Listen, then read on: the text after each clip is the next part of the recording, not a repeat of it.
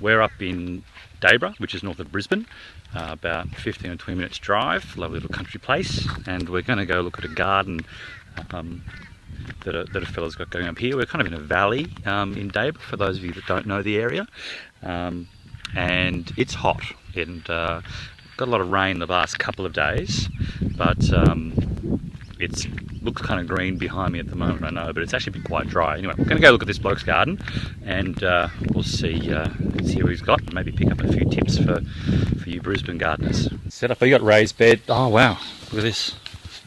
Yeah, I put all the beds in the back 2 years ago. Yeah, right. And I just got hammered by everything. Yeah, right. Like bugs, Facilium wilt, bacterial wilt, Yep. spot, whatever, and I just got the jack of it. Yep. The drought and everything. Yeah. These tomatoes are pretty. No, tomatoes, strawberries look pretty good. Online and looked at gardening, and this guy in States, Larry Hall. Yep. He'd done this thing, and I just sort of copied it. But over there, they've got peat moss. Yep. Which I think is better, so I had to substitute it. I got that cocoa koi from Bunnings. Yep. Yeah. So everything's buckets, pretty much. Yeah. It's just, you know, I don't water.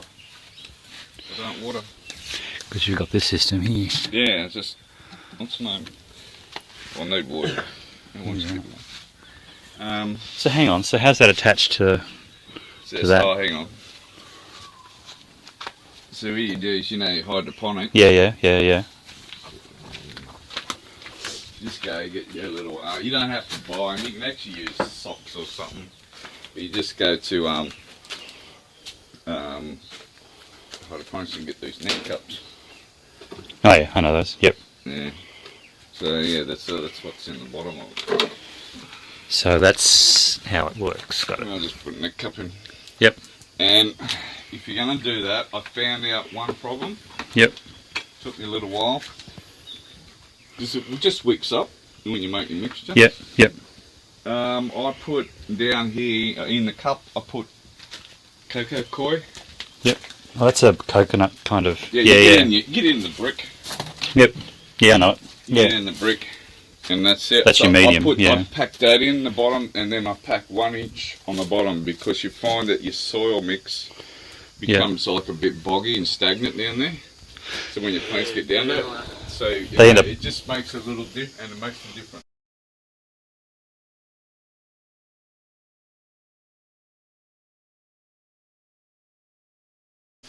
So how old are these plants, these beans here, for example? I don't know. A couple of months? A week? 2 in the most. They just popped back up. I've got rid of a bunch recently. Yeah, right. Everything's a bit down at the moment, because I've sort of been mucking around the house. I don't know about your slots, mate. They don't look like they're down to me. No. The wife hasn't been picking them. She's still picking them. She's still picked the celery. Ants are loving the celery. So this is where you can do most. This just looks. And so you. Oh, okay. So that's growing up that. Yep. Yeah. No stakes. So, and I'm doing a 1-1-1 mix. Right. 1 part compost, 1 part pine bark fines. Yep. That size. Yep. $100 a cubic metre, but that works out at like 30 something cents a bucket. Yep. And 1 part cocoa koi. Yeah, right. With the cocoa koi, you use it, really rinse it. Yeah, right. Because I found that when I've done it first, I had problems. I think it's got salt in it. Oh, right. Okay, from the sea. Yeah. They don't rinse as good as they say they do. Yeah. Yeah. So that you've got a. So you've got a whole bunch of these buckets. Drilled a hole. Put in that plug. Yeah, they're just all online, and I've just got a float valve. You can get online for. I think he lives in Manly. What's the name? And I just get them $17. Yep. That little float valve. So I just got one the other day. I'm going to get another 3. So I'm going to put these 2 in here. Yep. Put it right through, because I'm bringing that down. So I do find that I like a little bit of drip from the top. Yeah. Okay. So I'm just going to come down here and put an overflow in here, and just a bucket there, and I'll put another bucket here. So if I want, I can hook it up to a pump, but I'll just go Yep. dump it, and it can Let it- just drip. Put a drip system through just True. to do just like a little bit. The strawberries don't suffer from it. They look alright. Yeah. Do you keep capsicums all year, or do you do they die off? Yeah. That mix is shit. Yep. So these are not. That's an experiment. Yep. If you had that mixer, they'd be doing extremely well. Yep. They've done extremely well. That plant's got out of 10. Yeah. Capsicums. I did have a tomato in here that I kept going over winter, and it just. Yeah, right. And what's the name? It was full on. It reproduced tomatoes when it come back into spring again. Yeah, right. Yeah, You know about comfort? I do know. I've got it in. I've got it in everywhere. There's heaps over there. Yeah, right. Up the back. Yeah. Um, And you use that when you're making your soil and your compost? no, I just put it into 2 buckets. One over the back with a Yeah. white one in it. The white one's got holes in the drills in the bottom. Yeah. And you put it in there. Just shove heaps in there and put bricks on to compress it. Yeah. In about 4 weeks, you got this black, smelly stuff, and it hasn't been as good as it used to when I first done it. It stunk like buggery. Yeah. And I used to only put 2 Coke caps to 2 litres or 1 litre, Yeah.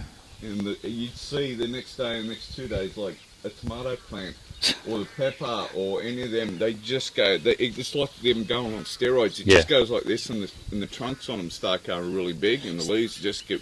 And they just. So it's nitrogen, or is it phosphorus? That is fantastic fertilizer.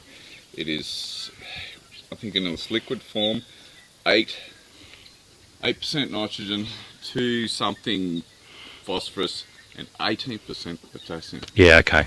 It's the potassium they're loving. Yeah. And that sets your flowers up and everything as well. So That one. The tomato fertilizer, that's the mix you use in your bucket. yep. I'll put these instructions up a bit You clearer read them later all on. right. Yeah. It's a little bit down the bottom. You have to 70% soil, which means potting mix. Yep. 30% of the fertilizer. So in a 10 litre Yeah. bucket, your fertilizer is going to be 1.2 to 2 litres per bucket of that mix. Yeah. Right. Okay. That's right. I think that'll be quite good.